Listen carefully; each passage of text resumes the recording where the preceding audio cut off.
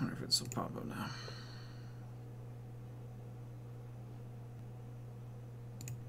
Alright.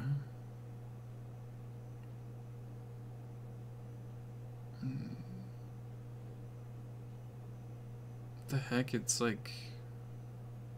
Whoa! Looks like crap. Why does it look so bad? Oh, okay, there. There we go. Starting to buffer out.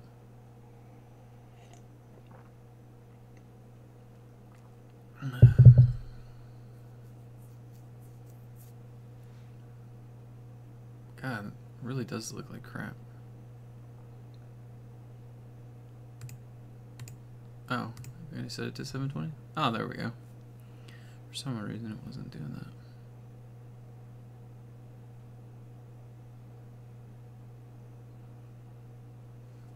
Catching my subscribers off guard. Not expecting me to do like a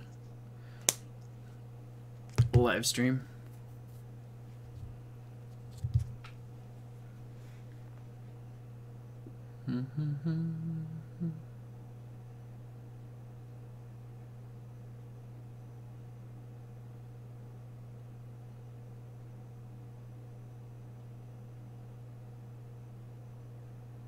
Oh, someone's watching. Hello, viewer.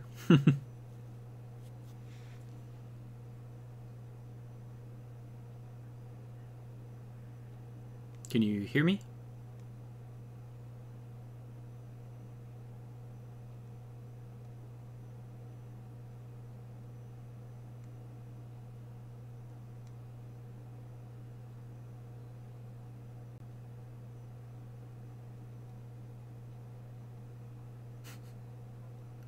Wonder if it's Mike. It's funny.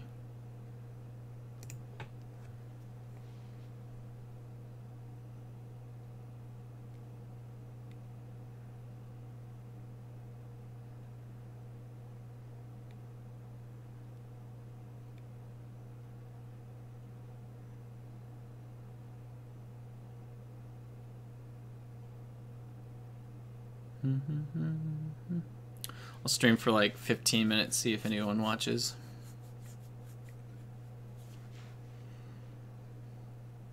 It's been a while since I did like a live stream.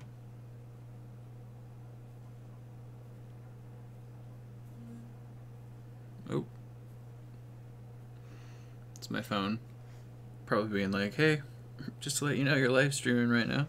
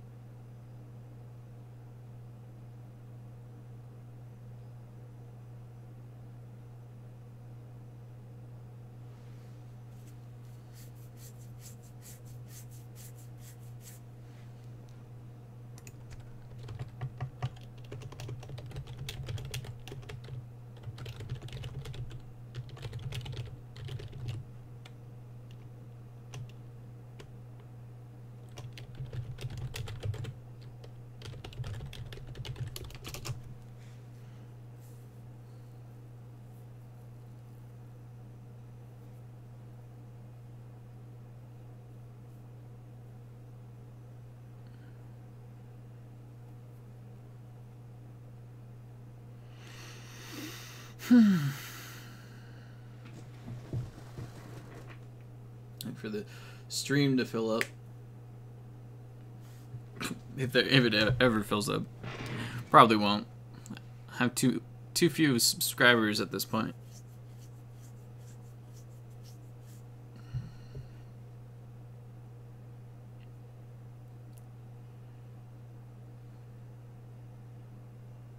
Bum bum bum bum bum bum bum. bum. Oh. I wonder if that's counting myself for some odd reason, because I'm under my own channel. Weird.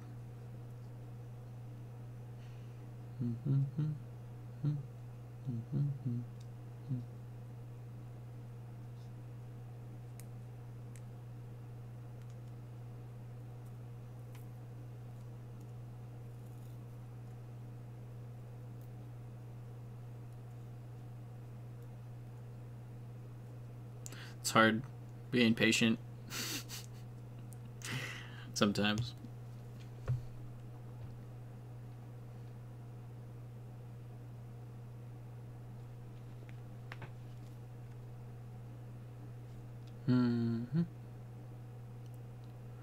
If there is anyone watching, feel free to ask questions about anything. I'm getting bored at this point.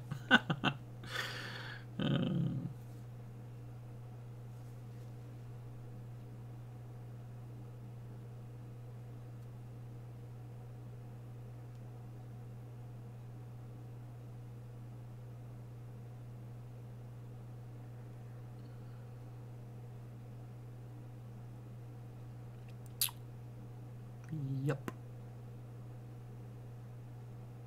It's funny, is like watching the finance guy's channel and like or the not my channel, but the financial education channel, and it made me laugh because he had like a ton of people just all flood in asking questions like right off the bat, because he has such a large following, and like I've got like nobody following, so it's like as soon as I go live, it's like you just have yourself.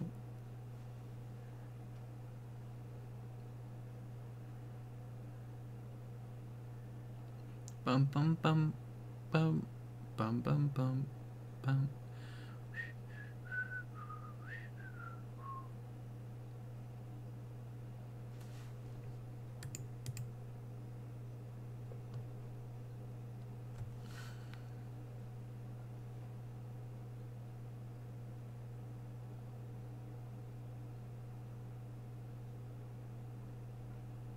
Oh, it's Michael. Hey, Michael, how you doing, man?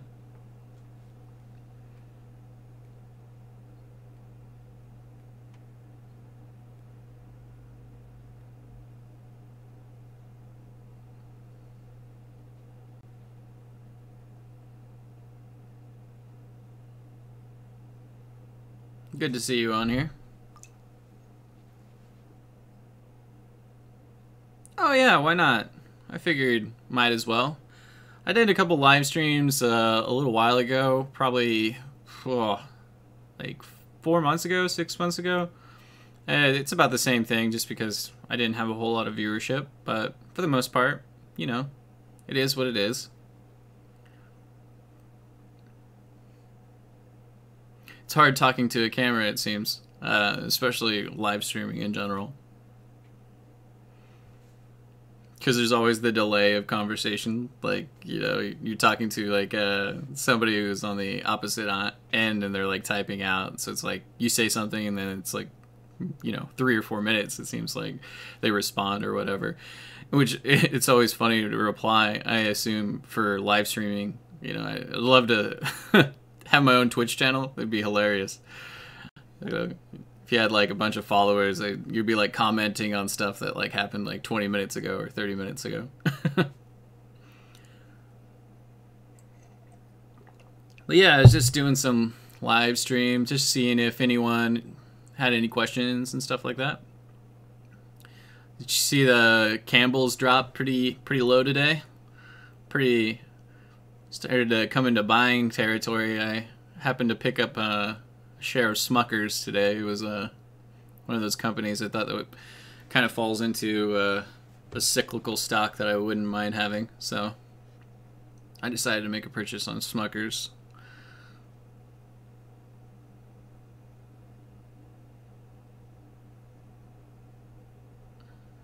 Might pick up some Campbell's too. I'm not I had Campbell Soup a lot growing up, so it was one of those companies I think if they could do pretty good. They seem to do really good during the wintertime, you know, when a lot of people are sick. So To me, it could be a potential buy as far as value investing. And with PE ratios as low as Campbell's is, it's starting to, get in that kind of area. Also pay a dividend, I believe, too. So a pretty decent one for the company. And they've had a really long, consistent history, I think, of paying dividends. The company's been around for a really long time. So Campbell's was definitely on my eye today. Unfortunately, I was at work, so I couldn't do any market buying. I was pretty much at work all morning today. So yeah, big individual drops.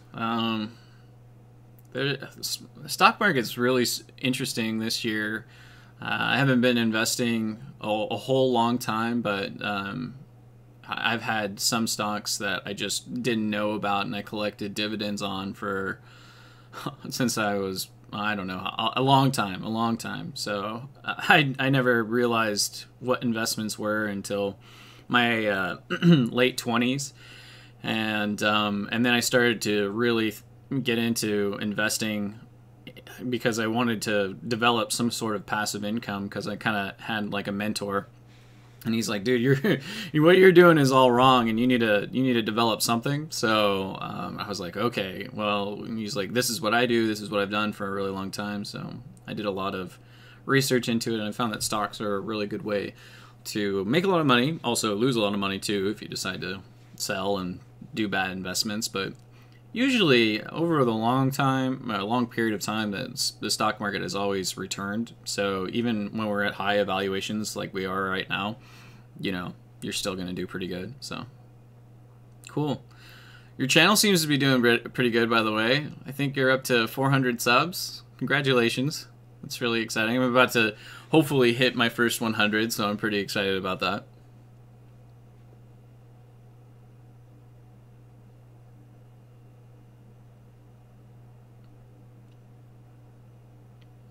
Yeah. It was a heavy drop. What was it, like almost 10% for Campbell's? Yeah. 10% for Campbell's Soup. I was pretty excited for that drop. Yeah. Hey man, how you doing? 100 is a big milestone. Yeah, it is. It's a 12.37. Holy moly. That's crazy. I should buy. I really feel like I should buy on that. Just a drop like that. And I think their earnings came out, and their earnings was above expectation, like slightly. Not like blow your mind, like above, but I think it's like one of those stable companies. Like, people really don't want to have to take the time to make soup, especially when you're sick during the wintertime. And I think it was I think it's one of those companies that, probably stick around. But we'll see. Who knows? People are a little bit more health conscious now, and a lot of people are making a lot of meals at homes. Key to why restaurants are suffering a little bit. Look at what's happening with Applebee's and, Red Robin and some other major restaurants. I work in the restaurant industry, so it's interesting to see some of those companies that have been around for a really long time start to really suffer.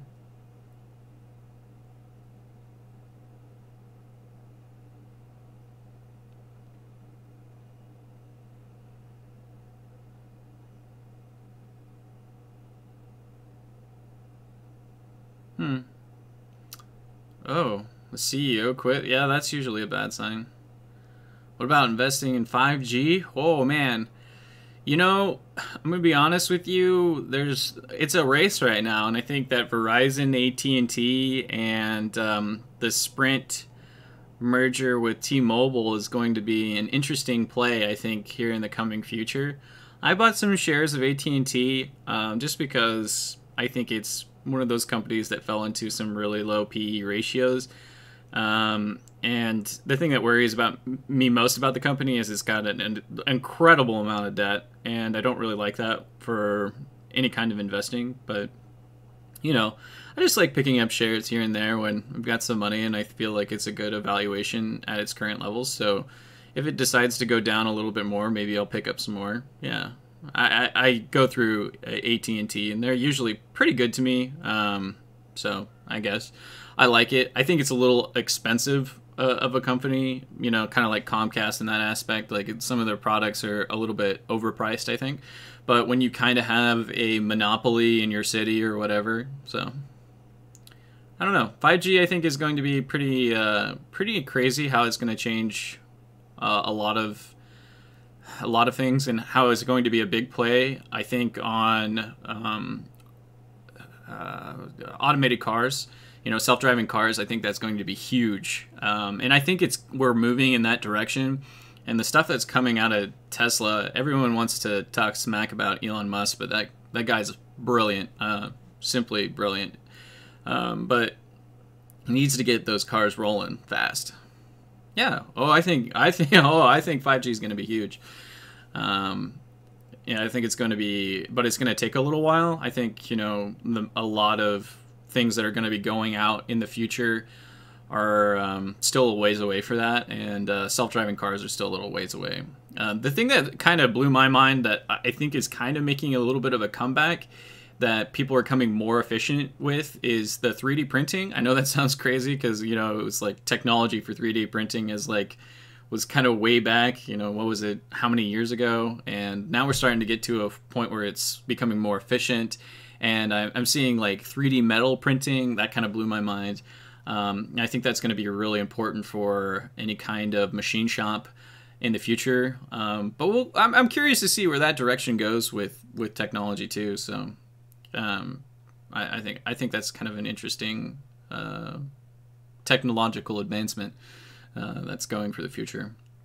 But 5G totally, I think, is going to be really good. A lot of cloud-based businesses, I think, are going to do really good here in the future. So, buy a PC anymore, other processing power could. Yeah, but you're also going to be paying for that too, and that's going to be quite expensive. So I think, just like I don't know, I think VR is going to be really big for in the gaming community. If you've ever had the opportunity to experience some of the really cool aspects of VR, I think it's like, you know, one of those things that's just so far out that it's really cool and it's really nice right now, but it's still in a lot of development. I mean, you can just type in Beat Saber, you know, like look at that like game and how cool that is. If you've got to experience some of that kind of stuff, I think that's a really where a lot of the gaming will probably move into a little bit. You know, you can get really tired playing those kind of games, so you'll still probably have like the sit down games too. But VR is going to be pretty huge, and that is going to play into it as well. So, you know, it's really interesting. I'm kind of curious on how alcohol is going to change the game too, because I know that sounds strange. Why would alcohol be related to self-driving? But I think if people are able to have cars just come and pick them up, they can go get like trashed at bars a lot easier. I know maybe that sounds a little like crazy, but you know, you can't legally drive, but where laws will be written, you know, if your car is driving you home, you know, are you allowed to drink at that point a little bit more? Is there going to be new laws? I mean, that's really far out in the next, like, you know, 20 years. But when you're investing and you're thinking about the future, some of those things that you kind of have to have maybe a little bit of foresight on, I think. So, yeah.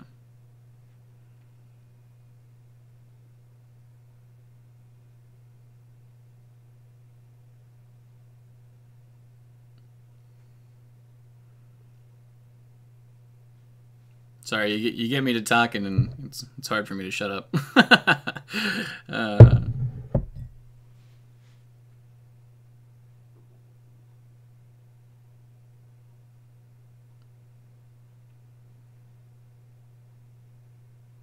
100%. I think that computers will eventually outperform humans. 100% believe on that. It's just getting to the point. I don't understand how people can't see how robotics is taking over jobs. You know, and not to bash our president, but, you know, I don't think it's people coming across the border that's causing the job fluctuation. You should really look into how much robotics has changed the industry for the jobs, and how much is going to change for the future. It's going to absolutely destroy jobs for a lot of major businesses, and it's happening even in my place of work. I mean, I'm practically a cyborg when I put in my orders for people and customers at work. It's just, you know, it's got like this touchpad, and I'm bringing in people's orders. It's going to the kitchen, and eventually it's just going to get to a point where they're just going to cut me out entirely, put, you know, the thing like right at the table, and then, you know, you'll just ring in your stuff. As for Michael, I think GameStop could potentially try to pivot a hub for VR. I would really love to see that. I have a love-hate relationship with GameStop, mostly because, like, you know, I grew up in a time where I played a lot of video games and I would trade in games, and I just would get like ripped off as far as the value was concerned. So I really didn't really like that when it came to GameStop.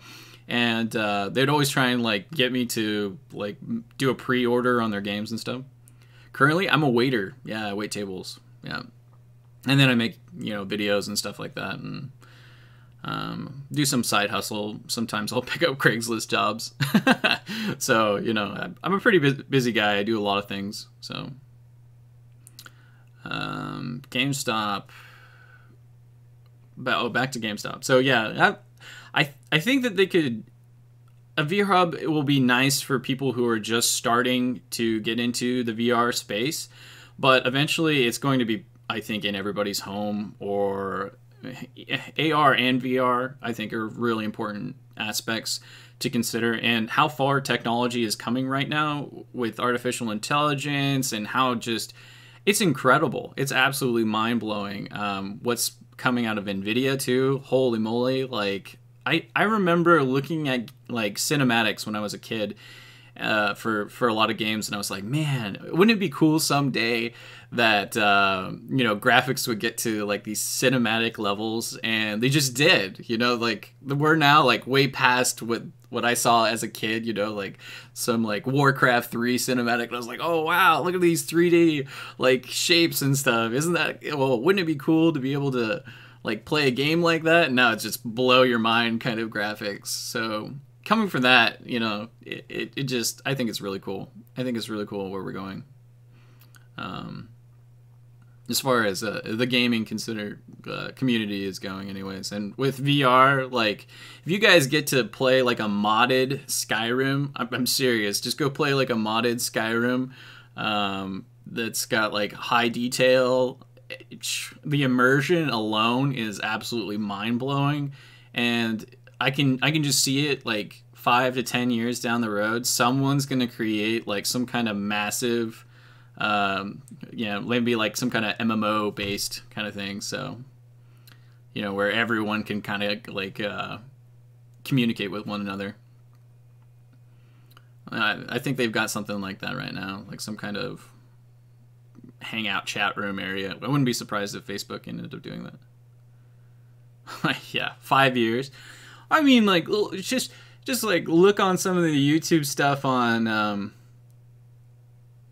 Have you read Ready Player One? No, I really wanted to go see the movie, but I'm big on value. So like going to the movie theaters, it's like got to be like a movie that I was dying to see. So I haven't read the book. I should read the book. The last book I read, oh my gosh, something about the gods. I don't know. I read a lot. I've got all the Game of Thrones books like right up here. Like I read a lot. Fantasy based, science fiction, primarily. So yeah, and then I do a lot of like investing research, and I do a lot of different things, varying from like whatever I'm interested in. Last year was agriculture. 90% of my income. Wow. Congratulations, sir. Congratulations. Yeah. I see, there you go. Like some kind of some kind of VR oasis kind of thing. And it really is not that far away. And I wouldn't be surprised if Facebook really integrated something like that, you know, where you just kind of like go and hang out and talk with people, and maybe you have like some kind of avatar, or maybe it's like an avatar of yourself or whatever, and you just interact with people in a virtual world. You know how cool it would be? I don't know. Oh yeah. Hey, if you're still living with your parents and you're watching, some of these guys' channels about investing and saving your income, and you're still really young, you're going to do quite well in the future. I think, anyways. I think if you're watching this and realizing at a very young age that saving and building your credit score and maintaining your personal income, I think you're going to be quite successful growing up. So, but yeah, I'll read the book, Michael. I'm really interested now. I like to read a lot too, so I'll probably pick it up at the library, or maybe I'll buy the book. Gotta save that money, right? Gotta save every penny. I'm really big about that kind of thing. So, but yeah.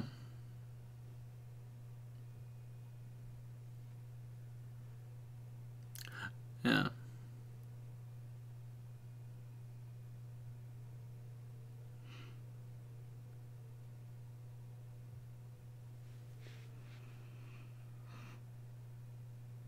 Oh, 21 years old, just started working 3 months ago. Man, yeah. But you're really young. You're good. Start saving now. Build your credit score. Just make sure you're doing it responsibly. I know a lot of people I work with, they'll go and get themselves like a credit card, and then they'll start making minimum payments because they want to work on their credit score, and then they just absolutely just go off the wall. So you sat in Barnes and Noble, bought a smoothie. Nice, nice. I'm so sad to see a lot of bookstores absolutely going. Gosh, it really actually just hurts my heart a little bit.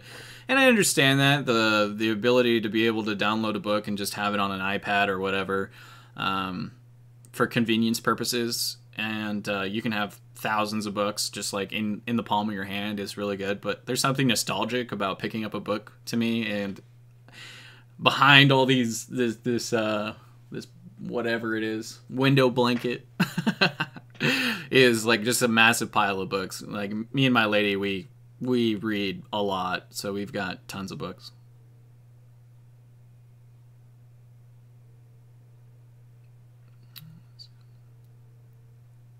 So here's what drives me nuts. Oh,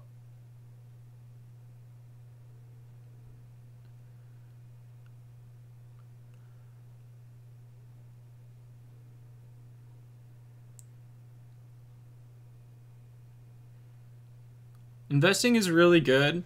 Oh, as a side note, back to I'm gonna probably butcher your name, Hierro Gutierrez. I'm not really good with names. I butcher them all the time, so I apologize. But if your building credit score is really important, even at a very young age, um, because it's going to lock you into when you finally do go make bigger purchases, maybe your first car or maybe your first home. It's going to actually save you quite a bit of money if you don't build credit. So I honestly recommend building credit at a young age, and you don't have to. You don't have to have like a crazy credit card. You can have like a $500 limit. Just make sure that when you make your payments, you pay them off immediately, and you're starting at a really young age. If you do that, then I think you're going to be a lot more financially better off when you finally do decide to make big purchases. Honestly, if you can pay off your house and just cash alone and be completely debt free, then power to you. Or doing that with your first car too, that's amazing through investing. But I think it's going to be very difficult to be able to just move straight into a home without building credit. You need to have kind of a good credit score, and starting at a really young age is really important, because if you have a really good credit score, it's going to lock you into a better mortgage rate, and so on and so forth. So that's really important. Investing is really important, but so is building your credit. A lot of people won't tell you that, but I think it's just as important. Who picked 7? Oh, back to Michael. When I was there was this person who picked up 7 books off the shelves. Look at them all. Oh my gosh, Michael. Okay, so my lady works in retail, and that is her biggest pet peeve. Like her number one biggest pet peeve. So like people will do that. They'll pull things off shelves, and they'll just set things down. And it drives me nuts too because I think I was in. They'll do it with groceries too. They'll take cold food. Like I found some shrimp in like the clothing aisle, and I'm like, really? Come on, man, really? You left the shrimp like in a clothing aisle. The time it took for somebody to pull that out of the ocean, then travel with it, and then have a truck move all the way out. They're gonna throw this out because you're just wasting all this product because you were too lazy to walk halfway across the restaurant or not restaurant but the the store and just put it away, right? Inherent laziness of some people is absolutely staggering sometimes.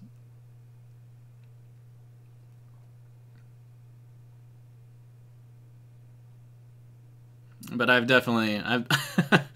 I've definitely been there before, for sure. Picked up 7 books. Jesus. Oh man. Or people who like pick up shirts and then they'll just like hold them up to their body and then they just won't fold them and then put them back. They'll just like, does it fit? Throw it. Somebody has to come by and like refold all those things and make it all nice and pretty again. And I understand if you did it wrong and it's not back to the way it was when you first pulled it up, but at least you took the time to try and fix that right. So I respect the person who at least tries to take care of what the mistake that they may have made. I'm going to probably produce a video about respect tomorrow, and it's going to be a highly debated topic, I think, for sure. Yeah, man. You can't live without the customer, so that's really hard sometimes too, right? You have to cater to the customer's king. That's the rule. But still, I think everyone should work in retail or work in customer service at least once in their life, and they'll have a little bit more respect, I think, for the individual that works that kind of job.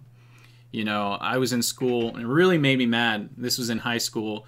There was a bunch of kids, and they threw a bunch of trash on the ground, and they said, like, oh, the janitor will pick it up. And, like, I waited them walk away because they would have made fun of me at the time, and I picked up all the trash that they picked up, and I put it in the trash because that's the right thing to do, right? Like, people, like, that's not you don't just throw things on the ground because it's job security for somebody. Like, that's just messed up. You just don't do that, so...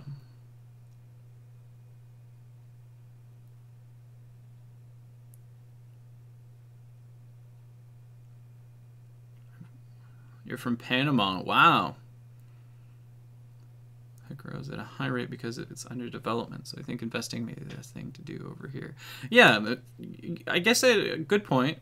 I think that might be a little bit different. Here in the United States, credit scores to be able to purchase homes are very, I guess the advice I should give you could be pertinent to your country. I thought you were here in the United States, so I didn't think somebody from Panama would be watching me. But yeah, that might be actually a different scenario for where you live. Here in the United States, credit scores are very pertinent to what you have to do. So,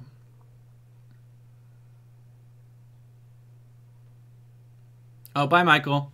Have a good day, man. Good luck. Have fun at the gym. Thanks for watching. Thanks for stopping by. Always a pleasure to talk.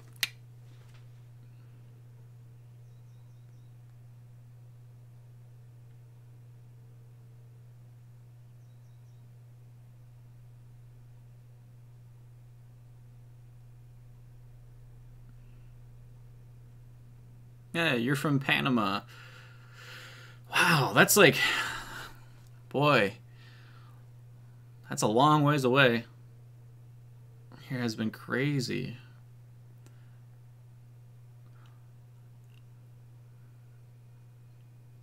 Have you been seeing, just out of curiosity, have you seen any of the stuff that's been going on in the news in South America? I know that's still quite quite a ways from probably where you live, but with the whole financial crisis that's going on over there, boy, it's getting crazy.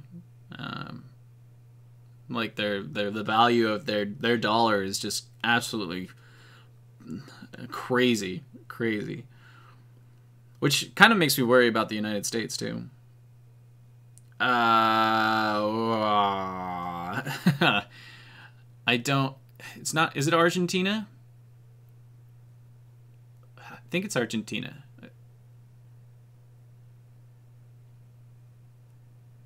Yeah, I want to say it's Argentina. Yeah, I think it's. Yeah, maybe it's Venezuela, Argentina. That's just like. All I know is I saw it on the news the other day, and there's just riots in the street, and they're like throwing fecal matter and at like, yeah. Zoom in, yeah. All in a word. Socialism. Yeah, socialism is a fine line to walk. It must be done right, otherwise you end up with what you got going on down there. And, you know, you can't give away everything. Capitalism is king to a certain extent, too. It really is. Trickle-down economics does work to a certain degree. Socialism does work, you know, in some degrees. You know, here we have in the United States are very socialistic policies of, you know, firefighters, police officers, you know, people that protect and serve.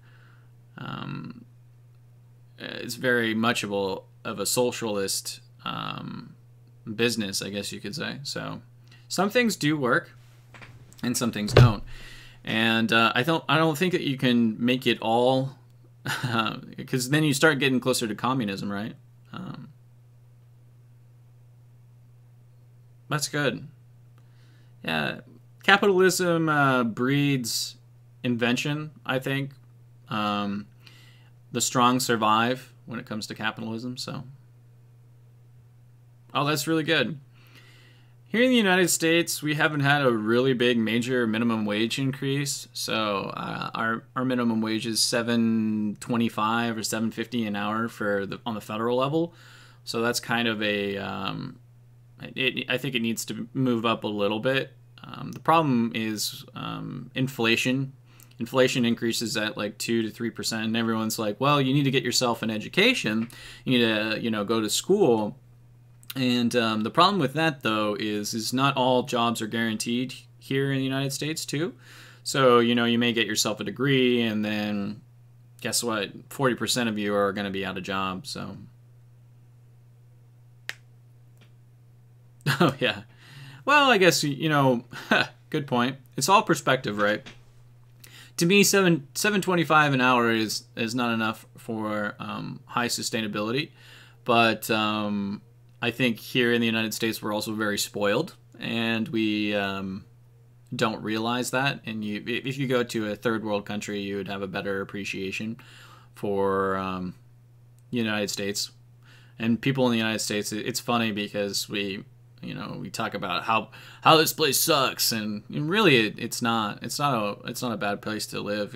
I wish I could take this camera with you and just show you how beautiful it is outside right now. It is absolutely stunning today. It's absolutely beautiful. Like I've lived here almost a good portion of my life, and where I live in the state of Oregon, it's breathtaking. $800 a month. I don't know what our minimum salary here is in the United States. I should really look up what that is. Personally, I'd say that the average person probably makes probably about 800 plus every 2 weeks in the mid-lower poverty level here in the United States. So it's enough to live here, but nothing compared to the U.S. Yeah, that's true.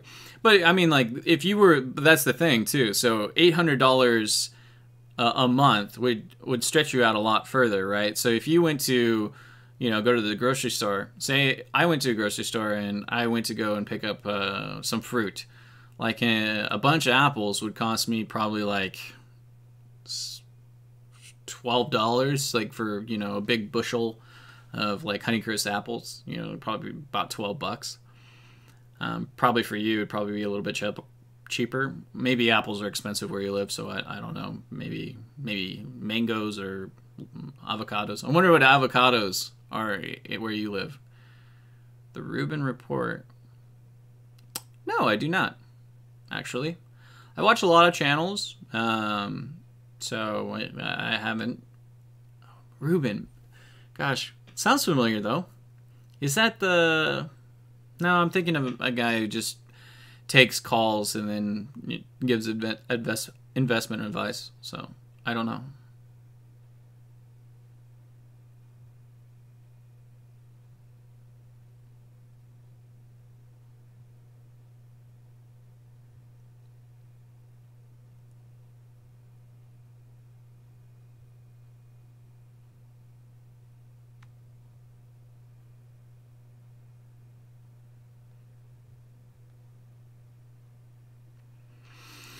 Yeah, there's a, there's a lot of problems here in the United States. I think one of the interesting thing is we had other countries start manufacturing a lot of the products into and bring it to the United States for exorbitantly cheap prices. And that was really great because, we got really great prices, but that built jobs in foreign countries, more specifically China. And it really boosted their economy. And how you boost your own economy is, I think you have to do it a little bit within. But I think it's a delicate balance. It really is. It's a really scale because if you have too many factories, you need to be also exporting to other countries, and we're not really. Our exports are. Some of our products are really good and some of them are not. One of the things that kind of blows my mind is how Japan is, just bringing in how many cars here in the United States. Like Toyotas and Hondas are, gosh, you couldn't go 5 feet without seeing one, here in the United States. And you'd think like Ford and Chevys and, other cars that were produced here in the United States would be a lot more prevalent, and they're not. They're largely considered, your Toyotas and your Hondas are, almost double what you would see of a Chevy or Ford here in the United States. So that's kind of strange to me. Hopefully you would see larger exports, I guess, for foreign countries. You'd probably see more Fords in Europe or whatever, but I don't know. It just doesn't make sense to me. You'd think you'd have a lot of business in your own country as well. So, yeah, and that's the thing. You have more Japanese cars are largely considered more reliable, and I'm like, man, yeah, maybe that's the reason, and that is the truth. If the car is considered more reliable, if I owned a business, I would do everything in my power to make it sure that my car was just as reliable as the other person's car, right? The same thing is when you have an iPhone, I guess, and maybe a Samsung phone. And this is the video I'm probably going to talk about tomorrow.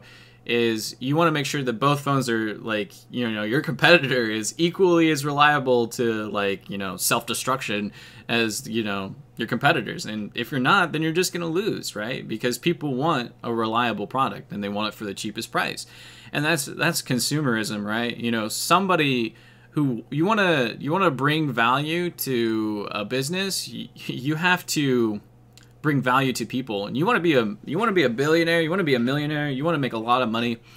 Do something that's going to bring a lot of value to people. That's it. Simple as that. If you find a service that people despise or dislike and they're willing to pay a specific price for, say $15 a month, you pick up all the cans in outside their house for beer bottle and drinking, and then you give them a portion of whatever they had or whatever. Say that was a service, and yeah, it is. I think that's a really good. But But yeah, you say you go out and you go and do that, and you go and build a business that way, and you pick up bottles and you turn them in, because no one wants to turn in their bottles in the surrounding area. Good. I wish I would have learned from my father on the aspect of being able to learn about financing and stuff like that, but he didn't really know a whole lot about that. He was a construction worker, so. Oh, he has a construction company. That's really good. He's probably does a lot in building things, and that's a really great industry. And if I was you, or you know, if I could find a way, if your dad has some kind of opening or whatever, building positive cash flow through maybe something like rental properties is, and I don't know how rentals work where you live, but if he had some kind of way that you can develop an asset, something that brings you positive cash flow every single month, boy, you can make money pretty quick that way. You know, you're bringing value to people, right? Because they have a place to live, they need it to survive, and that's why there's so many rentals right now. There's absolutely tons where I live too. People are just making hand over fist, and we're right next. I live in a city that's right next to a college, so you know, people have to come here for education purposes. Yeah, you're not the guy for continue the business. Yeah, that's a really hard thing, right? It's a father following your father's footsteps. My dad kind of, I think, hoped that I would work in construction as well growing up, and he was a avid hunter, and I think that's important as long as you learn. I'm sure there's still things that you can learn from your father, though. You know, you could learn, you know, some of the aspects of business too. So, but yeah, starting your own business I think is good. I think 90% of businesses fail, so just be prepared that it's going to be really hard. It's going to be probably the hardest thing you do, but amazing straight, but it doesn't make me want to work. What do you mean? You mean like starting your own business? I mean, yeah, no one who wants to work, right? No one wants to get up every single day and go do the same thing over and over, right? You know, that's almost the definition of insane. So, yeah, I think building something for yourself is also the most gratifying work that you can ever do too, because it's yours, right? It's something that you plan on. Oh, the industry? Yeah. It's hard. Like, life's hard, man. Doesn't matter where you live. If you live in the United States and, you know, you're like a white male, then you probably you won the lottery in that aspect. But it no matter where you are, life is going to be hard. So but starting something for yourself, I think, is really good. You have to deal with a lot of people. Well, you're going to have to do that if you start a business, though, too. If you plan on starting your own business, you're going to have to deal with people in some way. So, if you're looking to you know, if you have problems conversing with people or building friendships or connections, there's this old book. I've got it right up here. It's called How to Win Friends and Influence People. I don't know if you can see that. I know that's a strange title for a book, but it's by Dale Carnegie. It's got over 15 million copies sold. And there's some really, it's an old book, has a lot of wisdom in there. So if you want to pick that up, look at it. Not the same.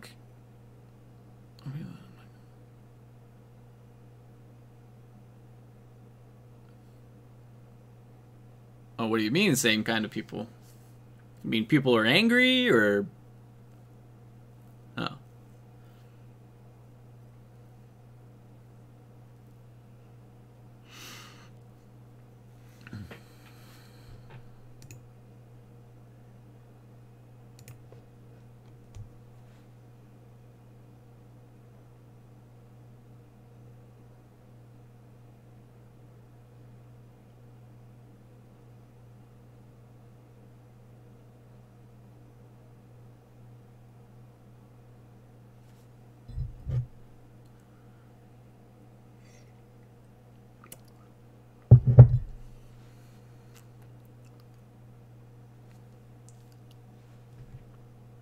Okay.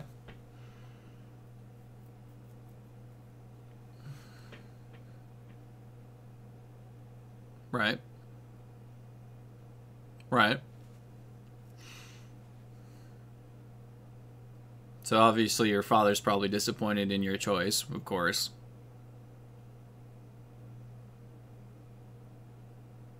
No, my father wanted me to follow in his footsteps too. Probably supremely disappointed that I didn't like to be an avid hunter, but you know, you have to march to the beat of your own drum and you have to find out what your life is going to, you know, amount to by your own decisions. You can't let others make decisions for you. I mean, they influence and learn from their wisdom, but yeah, you know, dad wants you to do that. I mean, it's not something really. Are you going to be happy doing that, right? You know, probably not, right? I mean, that's the truth. If you're not happy doing it now, then just because he doesn't want you to do it, I mean, I'm sure your father wants the best for you, right? He wants you to probably have, you know, live a lavish lifestyle. He wants you to be successful. Every father wants that for his son. So keep that in mind. But hopefully he wants you to be happy too. I'd hope that he would. My own father, he didn't want me to do some of the things that I did. And I made mistakes along the way. Gonna be honest with you. You know, I was like, oh, I'll figure it out, you know, and gosh, I made some big mistakes. I got myself into some financial trouble. So I worked on the business since 12. Well, I mean, that might also be one of the reasons why you don't like it, too. Yeah.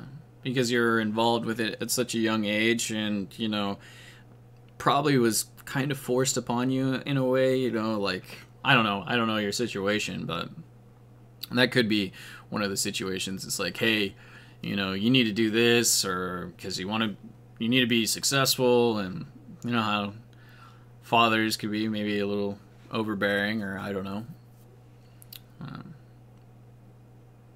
I was depressed. Yeah. I'm sorry, man. That's hard. That's really hard. I don't want to give you advice that ruins your life or anything, so I'll just say what I think is that you're only going to be happy doing the things that you really want to do. Period. Yeah. And it may take you a long time to figure that out, and sometimes that'll change. In fact, you're so young, that's probably going to change a lot. By the time you're 30, there's gonna be so many different things that you're gonna be interested in. Yeah, I can't tell you how many times when I was, when I was 21, what I was interested at that time is nothing that I'm interested in today. Well, I mean, some of the things I'm still interested in, there's still some baseline, but there's you'd be surprised on what you will do in your life over the course of 10 years. And the funny part is once you come to that realization, say you're 30, you're going to realize that by the time that you're 40, you're going to have much different things that you're going to be interested in at that time too. So, and that goes for taste in food, ladies, or whatever. You know, there's going to be all kinds of different things that are going to change. Yeah. Yeah, that won't change, buddy. That won't change. Yeah. There's still some things that are going to stay the same. But, you know, but there's also going to be some things that are going to change too. You know, for instance, I never thought I'd be interested in anything that had to do with agriculture or growing anything. I never thought that I'd be interested in that. You know, I played video games like a good portion of my life. Like, I never thought that I would be interested in, like, growing anything. I never thought I'd be interested in finance or anything that had to do with, like, education or teaching anybody about how to manage their money more efficiently so they can get to the point where they want to purchase the big things that they really want in their life. Like, a lot of people really want to have a home here in the United States, and a lot of people really want to have, like, they really want this, like, this dream life for themselves. They want to be, like, financially free. They want to have their home. and they just don't know how to go about it. Like millennials of my generation, like God, they spend money on the dumbest things sometimes. Like, you know, they'll drop like $1,500 on something, and then they'll finance it, and it'll have an interest rate, and then they'll pay on the interest for the next like 3 years, trying to pay off that $1,500 that they borrowed. And they'll do that with tons of things, and they don't manage their money efficiently. And I'm trying to help my friends and help others like learn from those kind of mistakes. So it's a really difficult thing to do when people are set in their ways. They're like, oh yeah, I'm gonna go out and spend $7 on some coffee or whatever, and I'm like, dude, you can go home and make yourself like a pot of coffee for like 25 cents. Are you sure you really want to do that?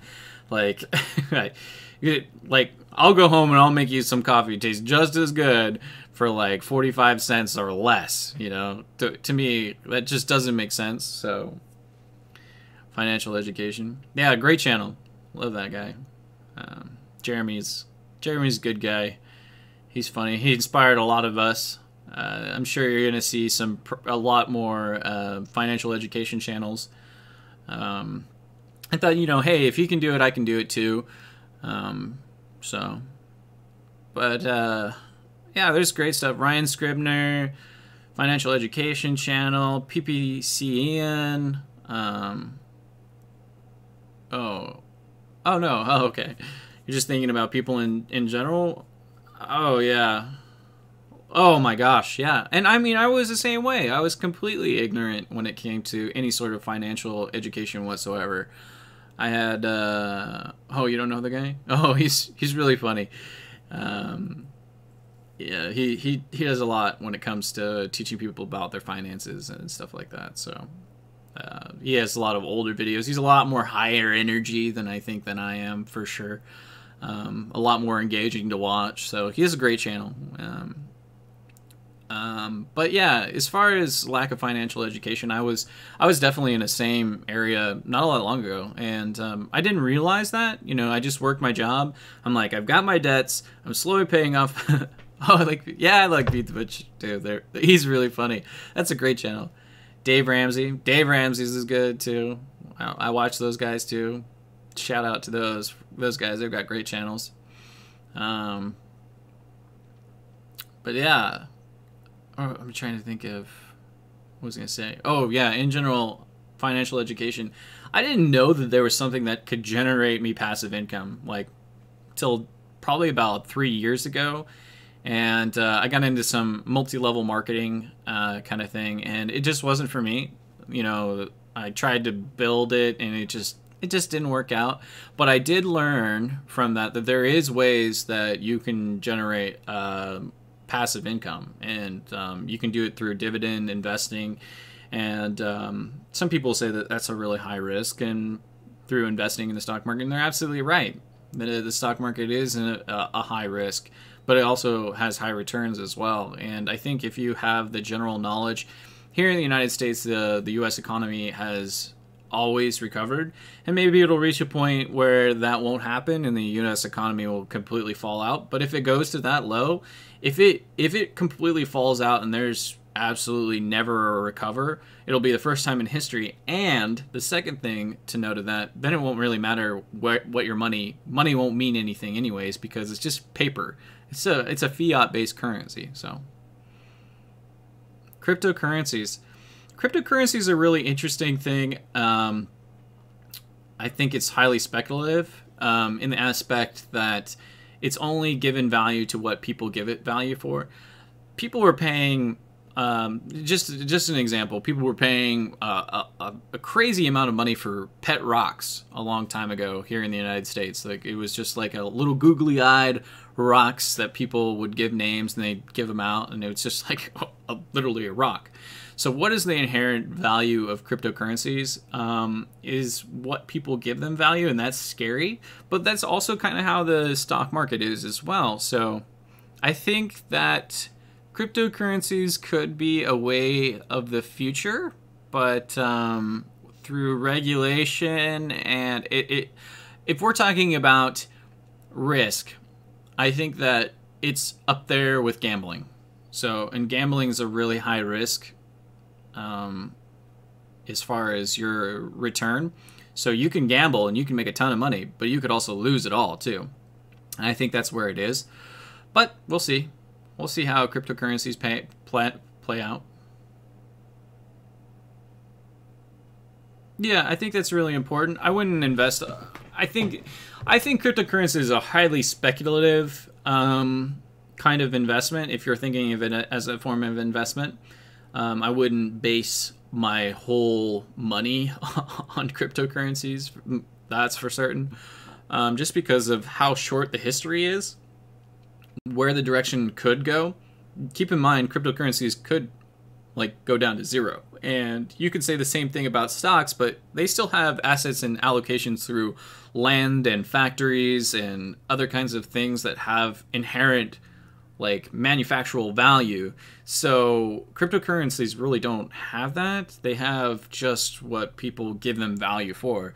So, you know, there's an incredible amount of energy, I guess, that was used to mining cryptocurrencies. So maybe there's some kind of inherent value there, but I wouldn't invest my whole portfolio into cryptocurrencies. But I definitely think it's important for somebody to have, you know, just a little bit when it comes to investing. It's high risk, but possibly high return too. I would not weight it in. I wouldn't weight it more than 5% of my portfolio if I was to do a portfolio with cryptocurrencies in it. You know, I think it's important to have, well, at least here in the United States, to have bonds, to have real estate, to have cash, to have precious metals. You know, I like to be highly diversified. So, whew, that's a lot. 40%. I mean, you could make a killing. You might be rich off of that someday. You never know. 40% is a lot into cryptocurrencies, though. But you're also incredibly young too, so this will be a great learning experience. So, technology has incredible potential. I think that I think it's up there for sure. Blockchain technology, I think, is really fascinating and really cool. So I think that is what is really interesting about it. But which cryptocurrency do you think is going to rise above the rest? You know, it's very possible that 10 to 15 years from now, Ripple is going to go up a lot, right? You know, you could say that. It could be the next Bitcoin. You don't know, right?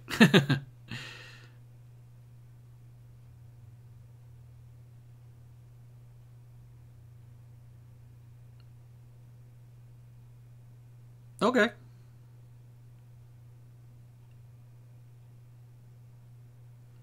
And the reason? I'm curious. I'm always curious about investments and stuff like that.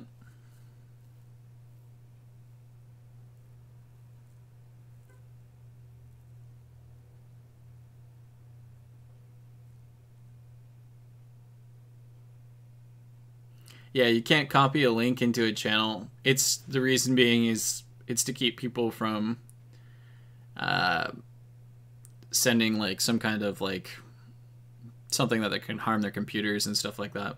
It's part of, I think, YouTube's chat. But you can type what the website is or whatever, just not with the www or whatever. So, yeah. Has to do with YouTube. They don't allow you to put links, I think, into the chat window.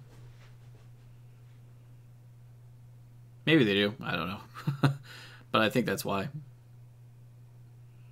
CoinMarketCap.com. Okay. Is this the market caps for all the cryptocurrencies? Just out of curiosity. Basically, is like how much trade volume? Okay.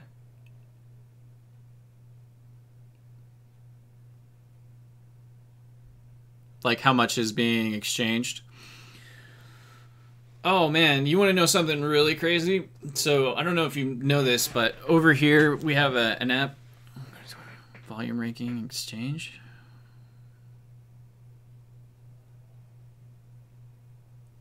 I'll check that out.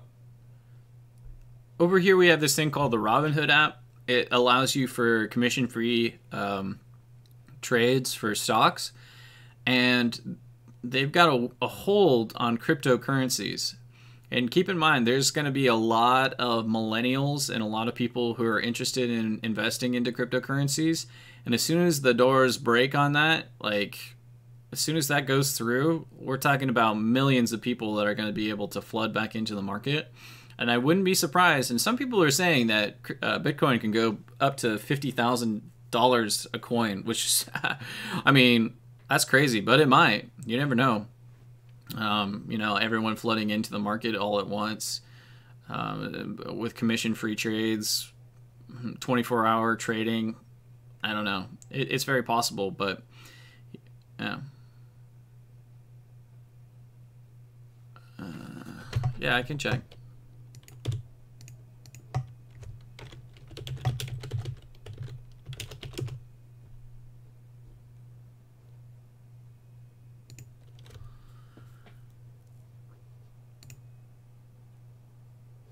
You wanted me to check volume ranking exchange?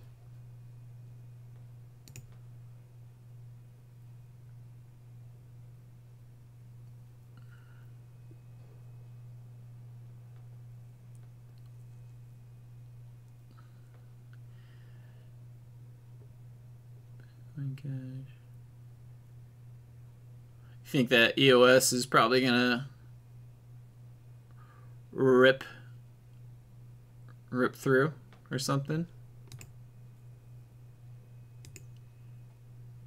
or True Chain or Ethereum.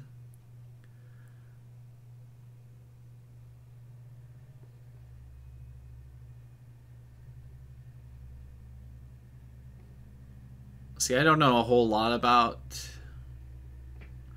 Oh, so these are all under one exchange.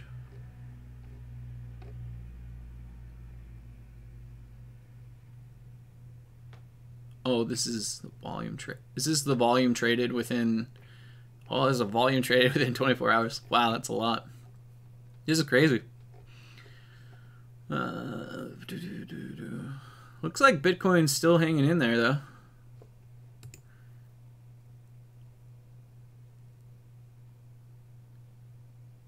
Is the first, yeah. And then we have Binance, and then Huobi or Bitfinex and Upbit, Bithumb, all those major ones.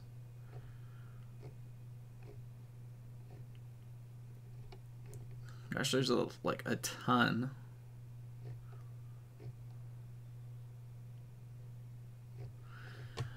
I'm guessing these are all like places that do exchanges. Kind of like the wallets or something.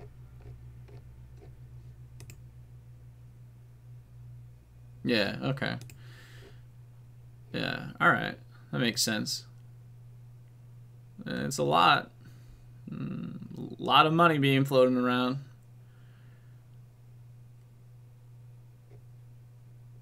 But I think that...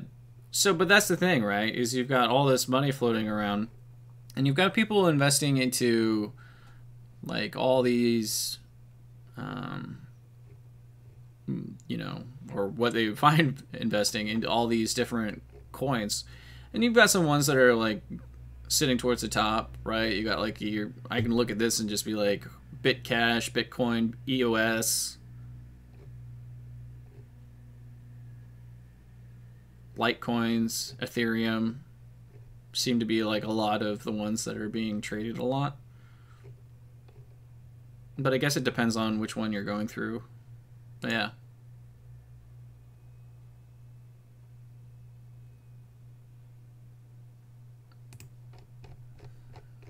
Oh, you're talking about the like the wallet holders exchange?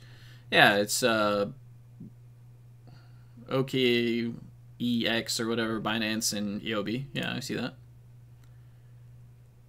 Coin is ranked 67.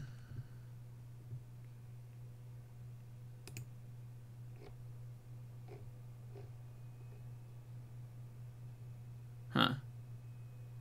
I just looked at it and it said that Ethereum Classic is ranked 67, but says that, well, looks like the OB token today for in the past 24 hours is up to rank 10, but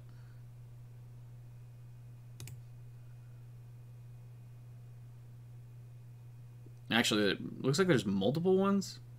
So they got the USDT.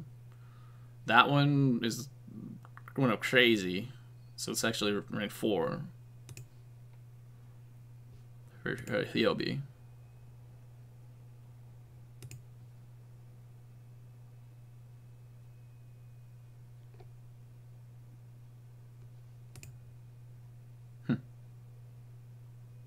On the principal page?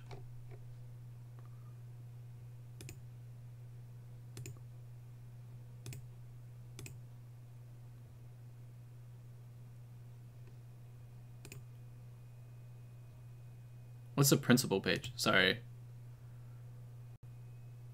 Yeah, I'm there. I'm there right now. Like, I've got...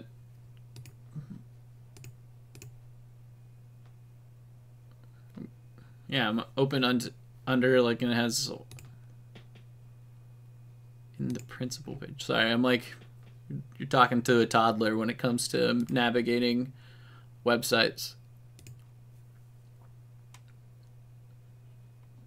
So we're like, I can see the thing at the top. It's like CoinMarketCap, all cryptocurrencies, coins only, tokens only. Binance's coin is 18. Yeah. Yeah, I saw that. It's like all the way down at the bottom.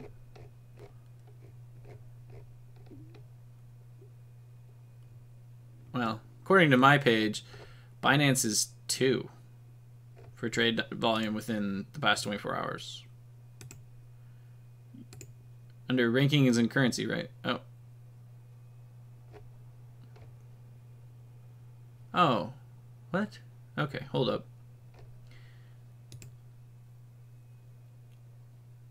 The home page. Okay.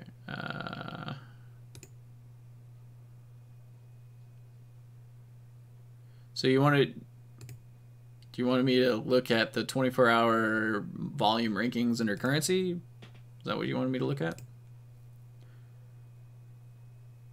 It's exchange ranking, yeah. You wanted me to look at the coins ranking.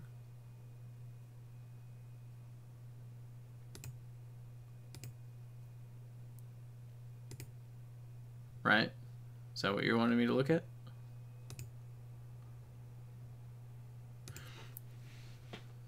So we have the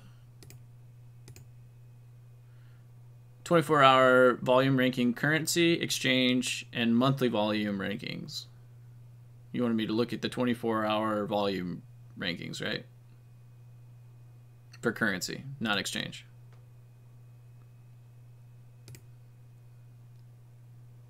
Yeah, so it'd be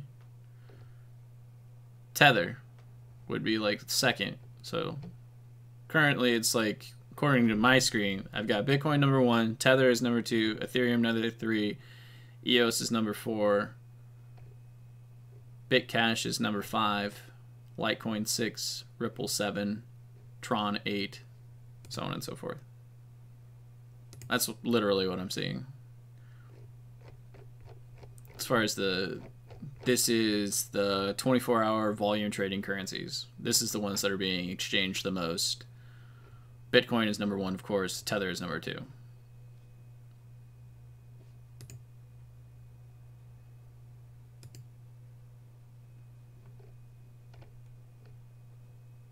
I've never even heard of Tether.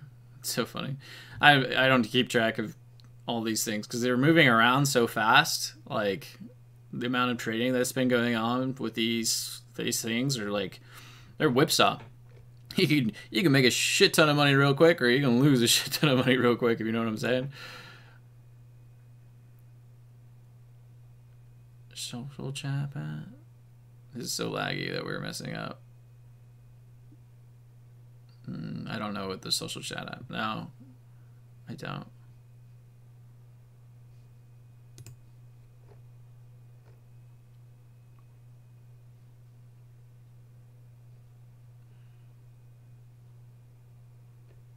But yeah, I'm looking at the 24-hour volume ranking currencies under USD, and number 1 is Bitcoin. Number 2 is Tether. That's what it says. And Bitcoin is nearly double what Tether's volume is in the amount traded.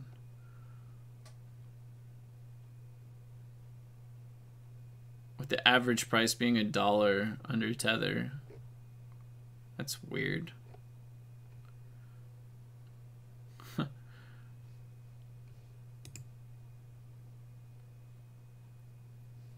Yeah, I did that.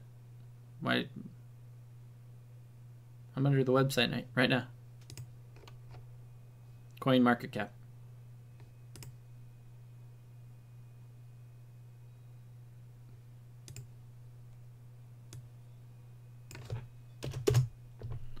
I'll go back. Okay, so you want Binance Coin is 18. Yeah, Binance Coin is 18. Yep. Yobi is 67. Let's scroll all the way down. Yep. Just what you said.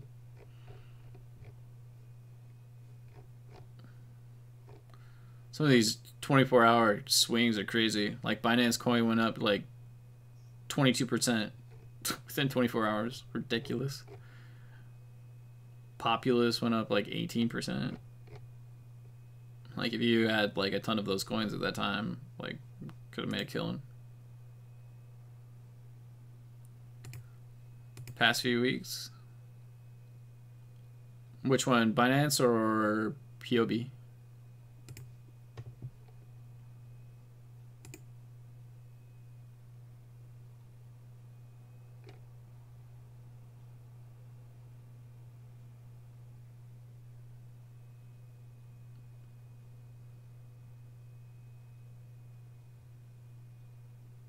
Yobi's had like crazy growth.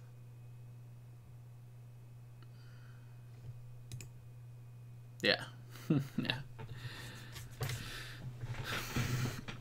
Yobi's had like, it's been priced at 191 and then just skyrocketed. But like, how do you know what's the cap on that though?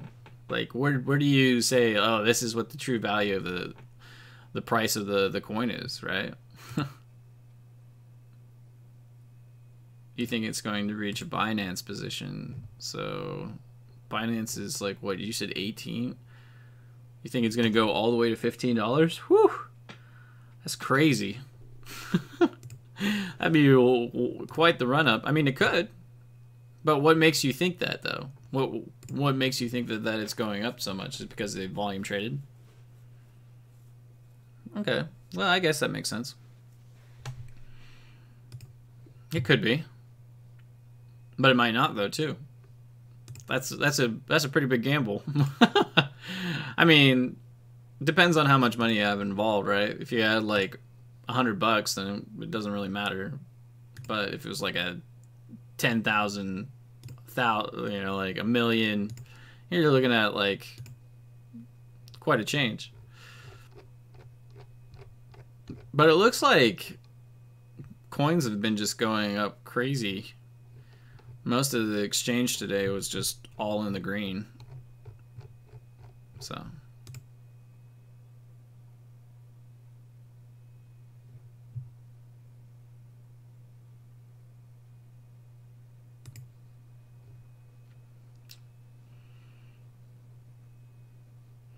But my question to you is, what gives these coins this value, though?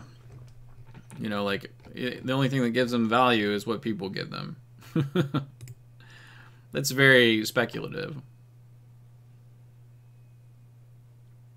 But lastly, the exchange trade volume has going up, reaching Binance trade volumes. Yeah, you're saying that because more people are trading it, that the value of this coin will shoot up because more people are interested in this coin. Therefore, it'll move up in rank from 67 all the way up to maybe Binance's level in time. I get it. Makes sense. But what if it doesn't? Like, what it could. Sure. this you could maybe hold on to a Huobi coin and it could go all the way to a Bitcoin like 5 years from now, but you don't know. That's the thing. It has no track record, right? Because it hasn't been around long enough.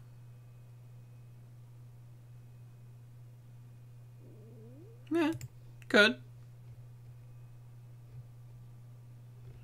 It's too rich for my blood. I wouldn't invest into something like that because I wouldn't know where the money could go. Could absolutely go down to zero. Might not. Where's Dogecoin right now, right? Like, is it doing really good? Probably not. Oh, Dogecoin is 45. There you go. The most like memey coin. Yeah. 30 USD in a couple months. That's a pretty big bet there. You're saying a coin that's worth currently a level of $5.13 is going to jump up to 30 USD. That's crazy. What kind of coin has that? Well, let's see what kind of coins has that kind of pricing. Current levels that has a price of 30 is like Zcoin. Almost. The Zcoin's a little bit past that point. 35. How long did it take for Zcoin to reach that level? Let's see. Let's look at some of their history.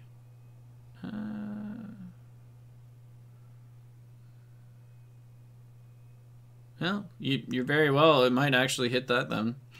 Considering the Zcoin only had...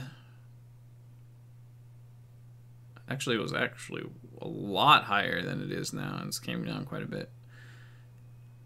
Had a run up of... It took almost a year for Zcoin to reach that level. I don't know.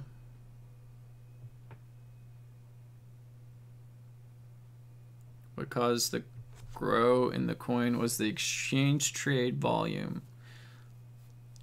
So you're telling me that people are only interested in the coin if a bunch of other people are trading it? Is that the thing? But what makes a bunch of people trade the coin?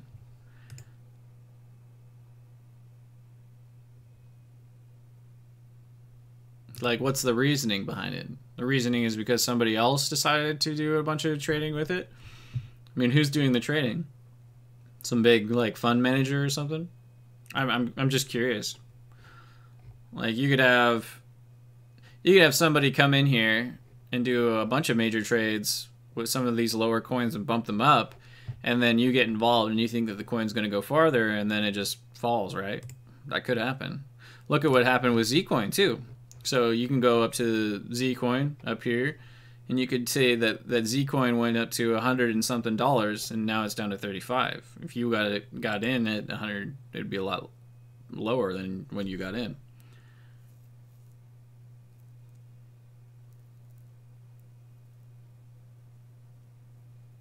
That one I'm more bullish on is Cardano. It's the best project over there.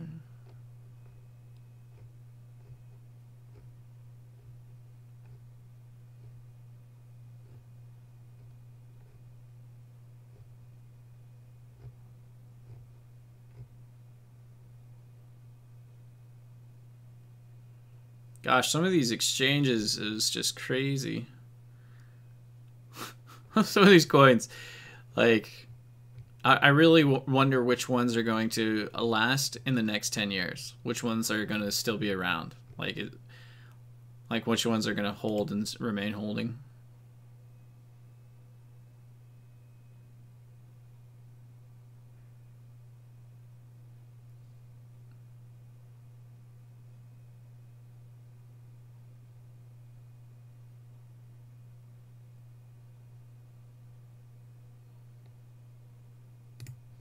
How's it going, everybody? This is Beat the Bush.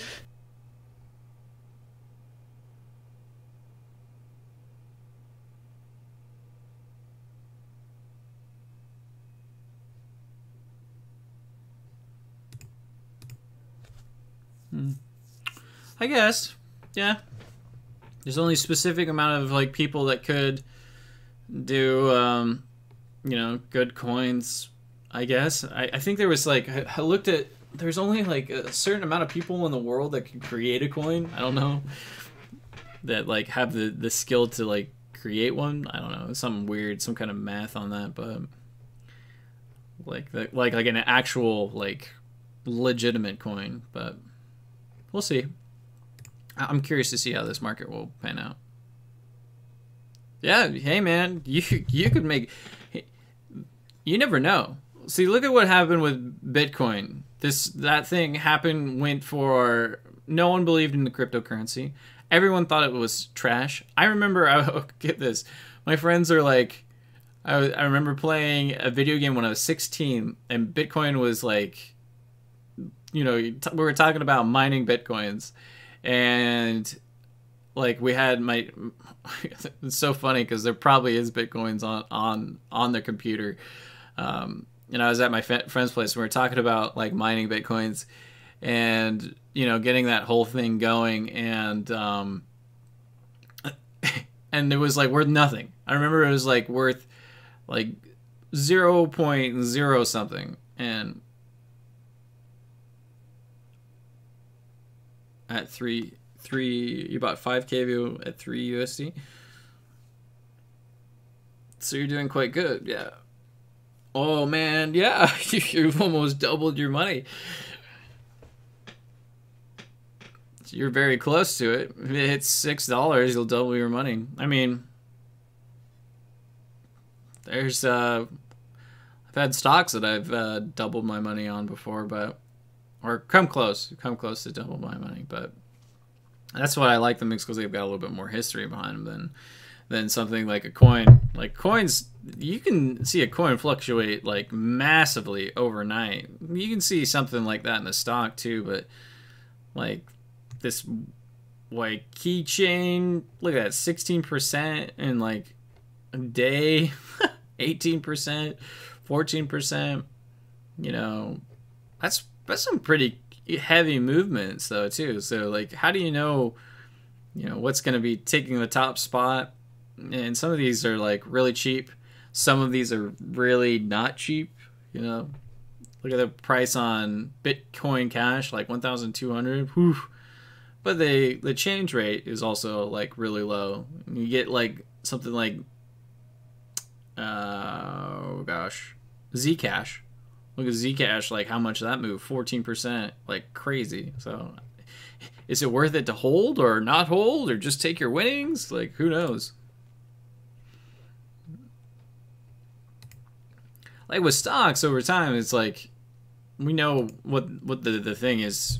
Thing is to hold.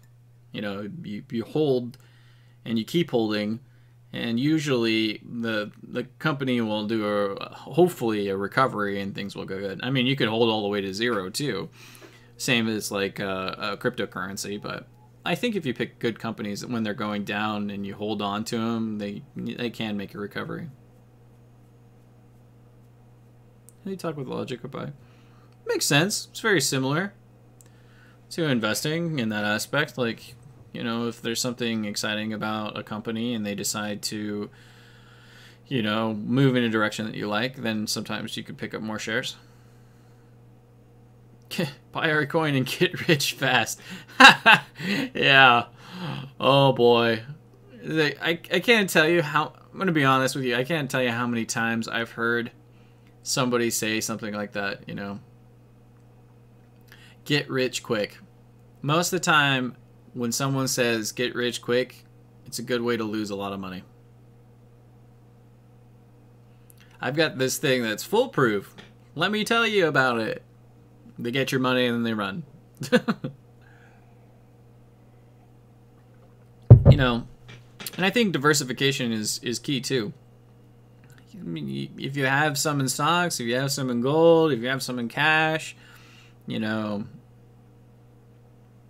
have your some in bonds, precious metals. To BitConnect. Oh, I know. You know, I had a guy I worked with at work. He got involved with BitConnect, and he was boasting to me about how much money he was making, like on BitConnect. And he was like, "Dude, this is the new thing." And I told him, I said, I don't know enough about cryptocurrencies. First promotion of the video of the coin. Yeah, I said I don't know how much I know about cryptocurrencies, but I know And it's very possible that you could lose everything. And he's like, oh, I won't lose very much. Well, I haven't seen him at work anymore, so I don't know where he went, but it's obvious it was a scam. Well, Warren Buffett seems to think that all Bitcoins and all cryptocurrencies are a scam. So that's a scary thing when you got somebody who's investing for a really long time. But maybe he's just an old fart and he doesn't he doesn't know anything about that kind of stuff yet, or maybe he's just not interested in it. So, but when somebody who's been investing for a really long time says that this could be inherently worth nothing, that's a little bit of a scary thing for me. So that's why I don't touch cryptocurrencies for now. In time will tell. So you never know. Cryptocurrencies can go to the moon. You could end up with a scenario where there's some of these coins, who knows which coins will make it up on top, that will absolutely just reach Bitcoin levels. It's very possible. There could be 5 coins that will break 20,000 in the next 5 years. I wouldn't be surprised. I wouldn't be surprised if Bitcoin jumped to 50,000 or 100,000. Doesn't mean I'm going to get invested into it. I don't know. You should only invest into what you know. And if you know the cryptocurrency market, if you're making a killing on it, I say take your money and run. That's how I would handle that situation. If you can make enough money to retire, make enough money and retire. That's all on you. I'm only comfortable investing in what I'm comfortable with. So I like companies that are failing a little bit, aren't doing so good, that I think can make a recovery, because usually the stocks go down and no one wants to be involved with the company anymore. And then as time goes on, the company recovers and then you make a killing. So that's how I like to invest. So yeah. Oh yeah. Yeah, it's very likely that anything could change. Cryptocurrencies are just so new to me, and it's new to a lot of people, and I think that they have potential for a lot of different applications, and I think that you could make a killing on it. But the same thing could be said about the cannabis market here in the United States. Oh yeah, the technology itself I think is rather sound. It's just the coins themselves, right? The coins are the things that really scare me. What gives Bitcoin its value? The fact that it was like one of the first cryptocurrencies? Well, look how many cryptocurrencies have shot up and dropped down.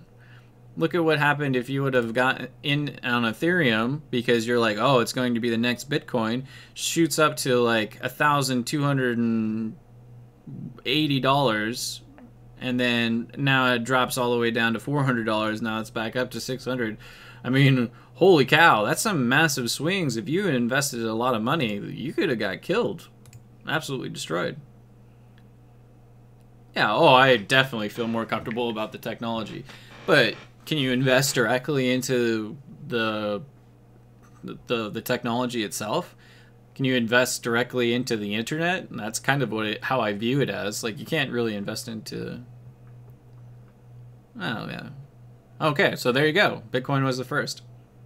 And if it's the first exchange, then, you know, everything that follows after it, is it as good, or are they all just, you know, a bunch of wildflowers, you know? Who knows? I honestly don't know. I don't. It's outdated compared to the new ones.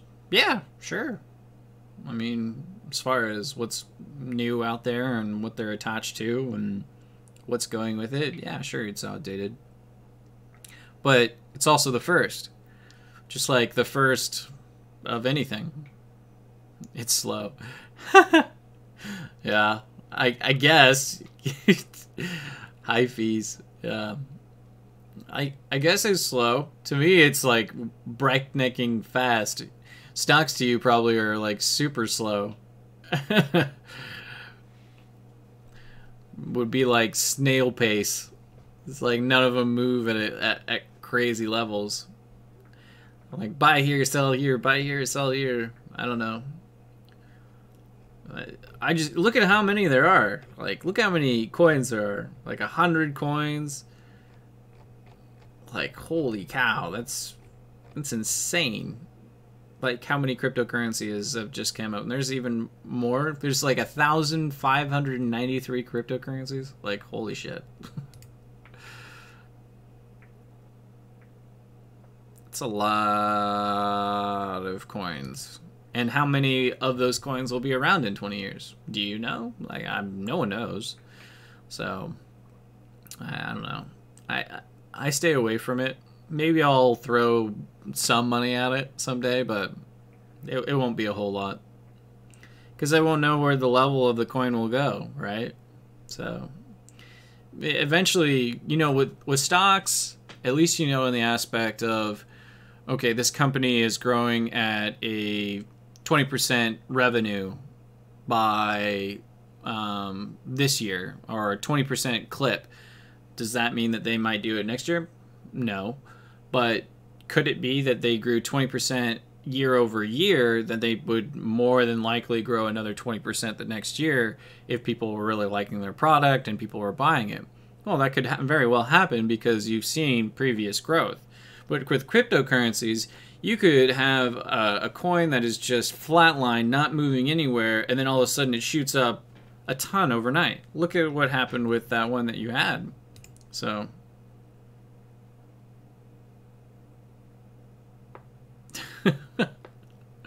you like to play to, you like keeping it close and walking along the razor's edge there, bud. Hey, it's a good way to make a lot of money, good way to lose a lot of money. That's how I view it. At least I know that if a stock market takes a 60% correction, that over time, over 200 years, it's going to come back. You know, just from stock market taking a gigantic dip. You know, it goes bam, everyone, the housing crash, 2009, whatever will we do? Everyone sold out. And then people like Warren Buffett came in and bought up everything. Just bought all major companies, large portions, with all the cash they had. That's why cash is king during a time of an economic collapse, because you can just buy whatever. The thing that I worry about is that the world is a lot kind of based upon the U.S. currency, and we have a lot of debt, and we're not balancing our budget, so we're kind of in a debt bubble. And if that pops, well, it's not very good.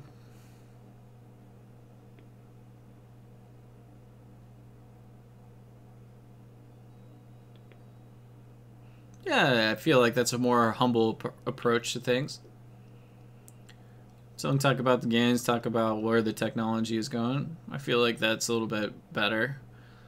And how that will change. I think that will be a better... And I like that investment than somebody who's just like, oh yeah, I created a coin. Like look at Dogecoin. Literally like a dog, meme dog like face. And they're like, oh yeah.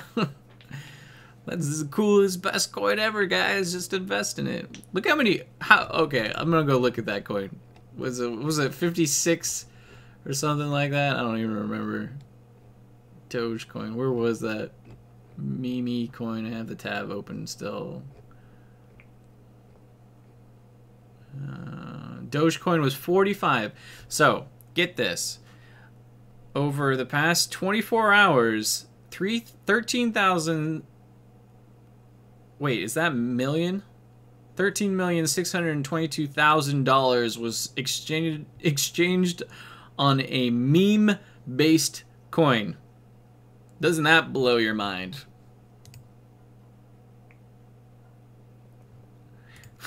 It's just like you took your money, you know, or a bunch of people took their money, and they put money into something that they know nothing about.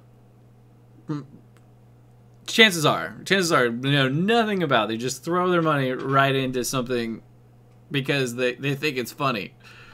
You know, I guess that's kind of like how I feel about people on YouTube in general too.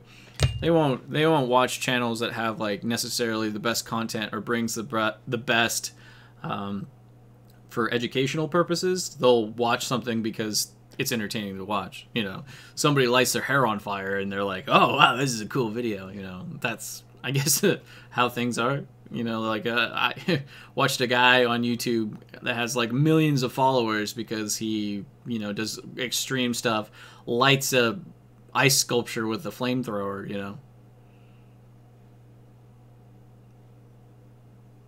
BCC, look at Bitcoin cash graph. It's just beautiful.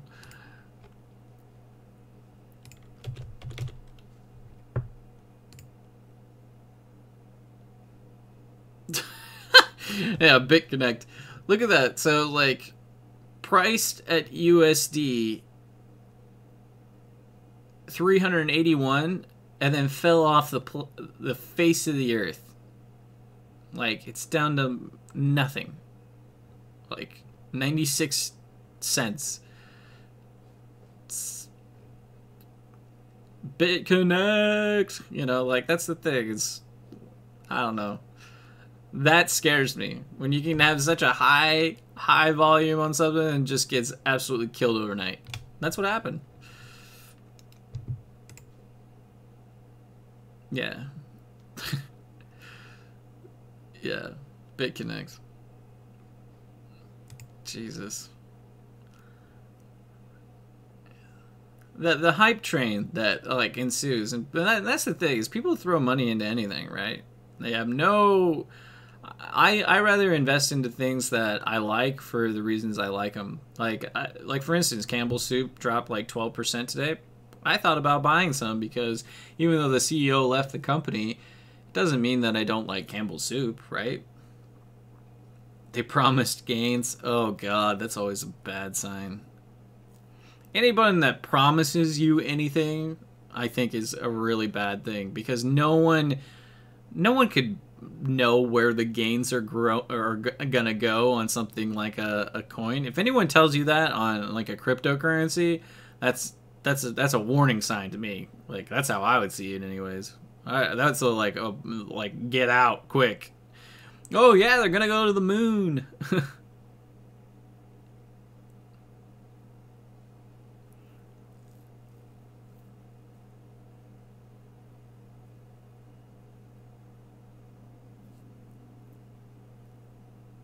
Oh man.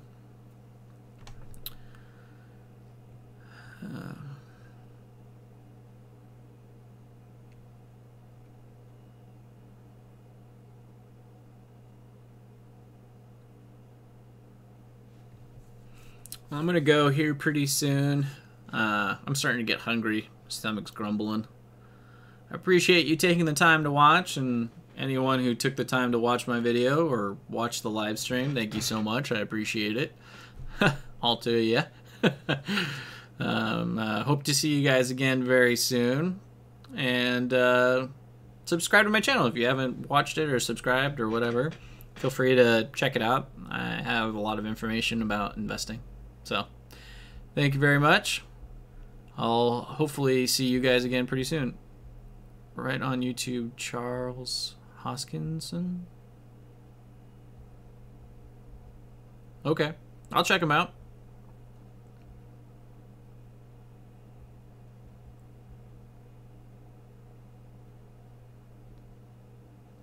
Sounds good to me.